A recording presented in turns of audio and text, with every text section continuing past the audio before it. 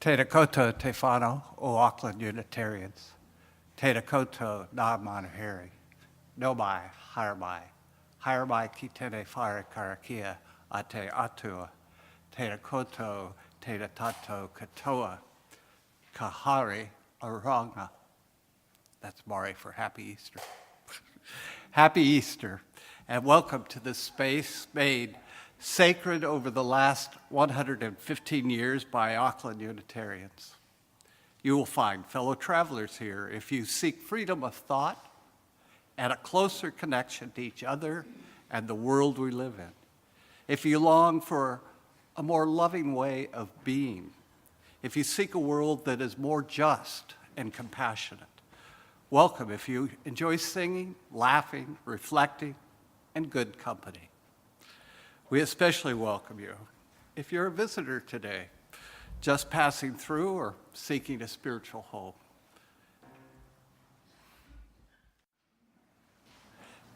My opening words are by UU minister Daniel Budd. We received an invitation from our neighborhood newspaper to place an ad for Easter. Someone suggested to me that should we advertise, it should say something like this: join us, we're not sure what happened. We're not sure what happened, but we know what it's like when someone appears whose message we feel offers hope, who inspires us in new ways of living which touch our hearts and lift our spirits in anticipation. We know what it is like when they fall short of our expectations, or worse, are cut down by the forces of hate and bigotry. We're not sure what happened, but we know what it's like when someone has grown profoundly into our lives, who seems as much a part of our living as our own breathing, whose presence lives in our souls. We know what it's like when death takes them from us, perhaps prematurely, and the empty place in our souls is much like an empty tomb. We're not sure what happened, but we know what it's like to feel sorrow and loss, despair and grief. We know the waves of tears and the thoughts of the past which flow through us, which begin to fill the emptiness with stories and memories, begin to shore us up again with a different presence, which will live with us for all our lives.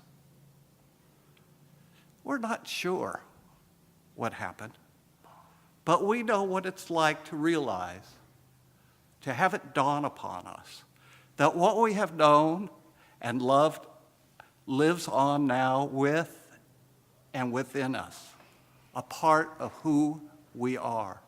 We know that somehow in our hearts and souls, resurrection is real, not that of the body, but of the spirit, a spirit renewed, even reborn in the midst of our lives and our living.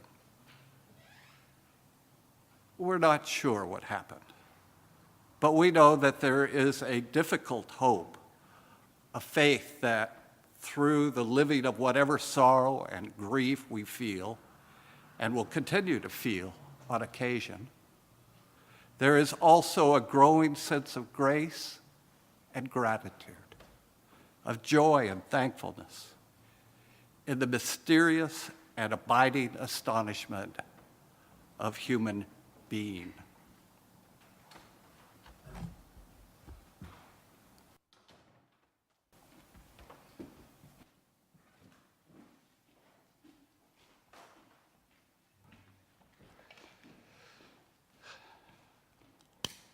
We light this chalice to roll the stone back from whatever entombs us, freeing us from darkness and despair, lighting the way to new life.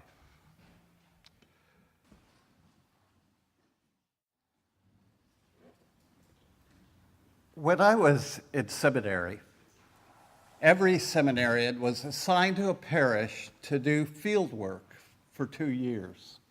It was kind of let us practice before they inflicted us on a congregation.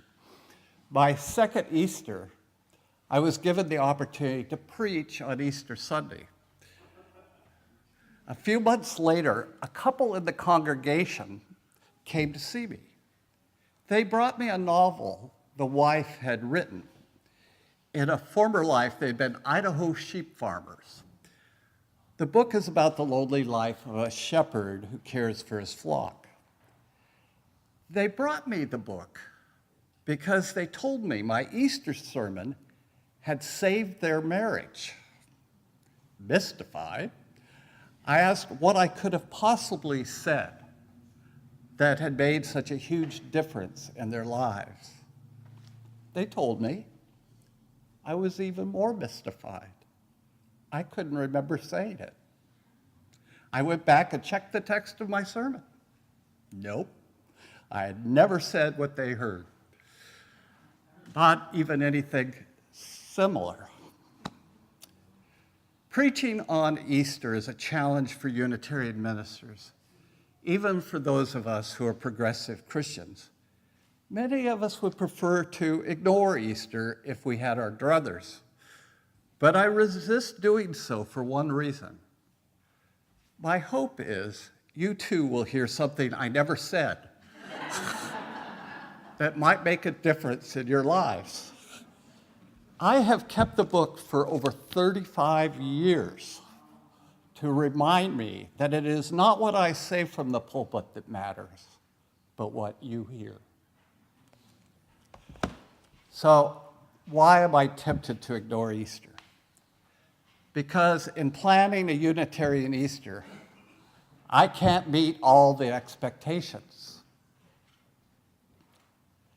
Never mind that all the music, hymns, stories, meditations celebrate Northern Hemisphere spring.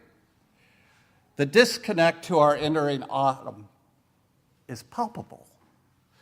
I've looked. Apparently, resurrection doesn't happen when the days are getting shorter and the leaves are changing color. But aside from that major impediment, there are other diametrically opposed expectations of those who attend a Unitarian Easter service. Some come to hear familiar traditional Easter music. Well, good luck with that in a Unitarian church. The hymnal does have a few songs celebrating Easter in the Northern Hemisphere, but they are not familiar, and no one here knows the tunes. That suits others who come not to hear familiar traditional Easter music. Some come to be reminded of the pagan symbols of the season without a lot of talk about Jesus and resurrection. Others come to be reminded of Jesus and his resurrection without a lot of talk about pagan symbols of the season. You get my drift. It's no wonder I'm tempted to ignore Easter. But I think there is a bigger reason why I can't win than the impossibility of reconciling the diverse theological approaches our theologically diverse congregation bring to Easter Sunday. It is that Easter celebrates a supernatural event in the resurrection, while our tradition emphasizes the human works and teachings of Jesus. Unitarians traditionally make sense of Jesus theologically by discarding the supernatural aspects of his life and lifting him up as a profound moral teacher and a dedicated advocate for a world made fair and unified by love and respect for all. For many Unitarians, it is Jesus' life before death that matters, not his life after death. We are inspired by Jesus' care for the poor and concern for the widow and the orphan and prisoner. His peaceful resistance to the brutality of Roman Empire oppression moves us. We celebrate the beloved community that gathered around him, an ecclesia that bridged the full divisions of class, race, gender, and ethnicity to fully welcome the literal and metaphorical lepers of society. To us, Jesus is the dark-skinned socialist who embraced health care for all, meaningful work for a just wage, an end to class privilege, caring for our children, and beating swords into plowshares. That is the Jesus we can embrace. Jesus as prophet, Jesus as teacher, Jesus as the enlightened figure who showed us a way to be fully human, fully alive. But the supernatural Jesus who walks on water, feeds 5,000 with bits of bread and fish, and rises from the dead is a step too far for our 21st century minds to go. And Easter is all about that Jesus. No wonder we're tempted to ignore Easter. But if we let our skepticism about the supernatural stop us from celebrating Easter, we lose an opportunity. It is an opportunity that has more to do with faith than with belief. It is how are we going to respond when life disappoints us, devastates us, and fails to meet our expectations. The Easter story doesn't begin with an empty tomb on the third day. It begins a week earlier when Jesus enters Jerusalem on a donkey to shouts of hallelujah and waving palms. The disciples are pretty excited. It looks like their high expectations for Jesus are going to be met, that he will perform a miracle to end all miracles, recapture Jerusalem, and ascend to an earthly throne. As the week goes on, the disciples become increasingly impatient, competitive, and even despondent. They squabble about which one of them Jesus loves most. They jockey, clamoring for Jesus' attention and affection. In the Garden of Gethsemane, they ignore Jesus' instructions to keep vigilant and fall asleep instead. It is as if a collective melancholic despondency has settled over them. One of them fearfully denies knowing Jesus 3 times, to his shame. Another betrays him out of a zealot's disappointment that things are not happening fast enough. He might be thinking, we're supposed to be cleansing Jerusalem with the force of God on our side, and instead you have us sitting around praying. In the growing frustration and sense of disappointment that we witness in the disciples, it is that led Marilyn Sewell to write, but the true rising from the dead, the true awakening in this story is what happens to the disciples. They expect Jesus to be crowned king, but he is crucified like a common criminal. He is not God, and God does not save him from his fate. Big surprise for the disciples. These events shook their world, totally destroyed their dreams of overturning the Roman oppressors and establishing their own kingdom. After the crucifixion, the disciples woke up to a very different reality. They were chastened, sobered, but gradually they found themselves strangely in love, filled with love. They were not in love with pride as before, not in love with ego, but in love with God or the godness or the goodness within. What Easter offers Unitarians is an opportunity to reflect on these questions. What happens to us, to our own spirits, to our relationships, to our sense of community, when events shake our world and disappoint our dreams? Do we practice denial? Do we engage in petty feuds? Do we practice destructive betrayal? Or do we do something else? Do we turn not away but towards one another? Do we find ourselves strangely in love? Do we minister to the disappointment of our brothers and sisters? Can we be an Easter blessing to one another? This blessing is a blend. It is the ability to let go of our own ego needs and to take the time to understand the needs of someone else. Or, as Daniel Budd in my opening words put it, We're not sure what happened, but we know what it is like to feel sorrow and loss, despair and grief. We know the waves of tears and the thoughts of the past which flow through us, which begin to fill the emptiness with stories and memories, begin to shore us up again with a different presence, which will live with us for all our lives. We know that there is a difficult hope, a faith that through the living of whatever sorrow and grief we feel and will continue to feel on occasion, there is also a growing sense of grace and gratitude, of joy and thankfulness in the mysterious and abiding astonishment of human being. So never mind what the Easter story says. What do you hear? Can you ignore it?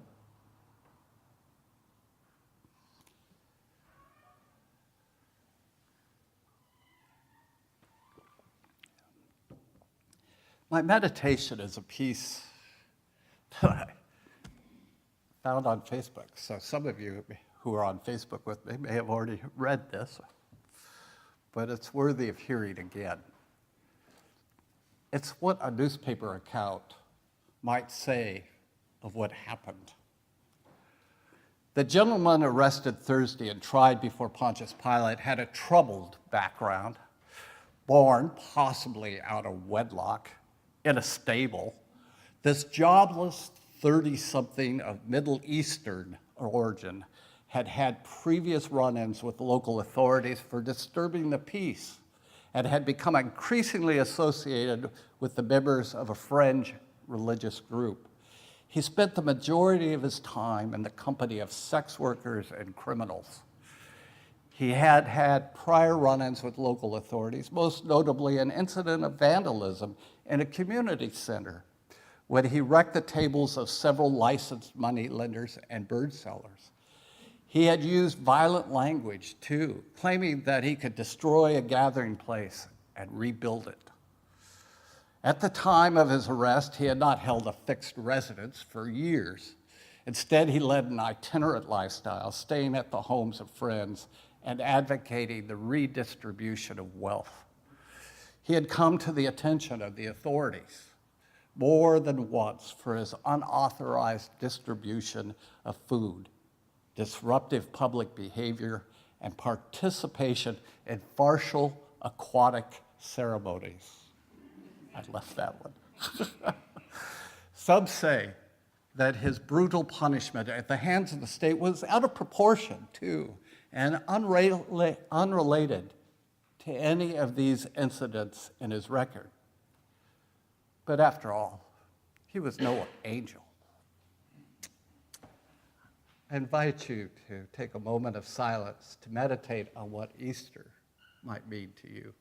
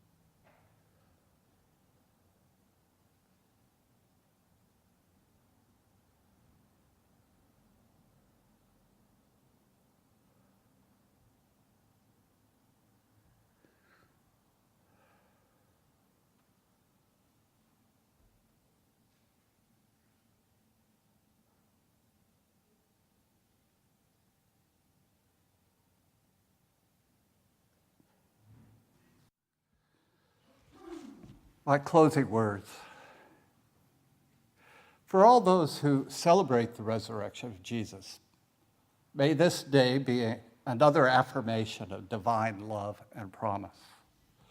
For all those who see the eternal story of new life in the cycle of the seasons, may you breathe deeply of promise and hope.